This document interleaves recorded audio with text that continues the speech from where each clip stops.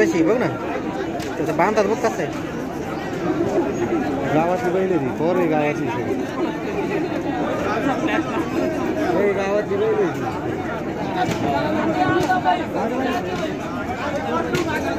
मगाशी गाडी झाली ना 11-81 मध्ये टाकली ना मागाशी 89 11-89 पहिली बारी 11-91 झाली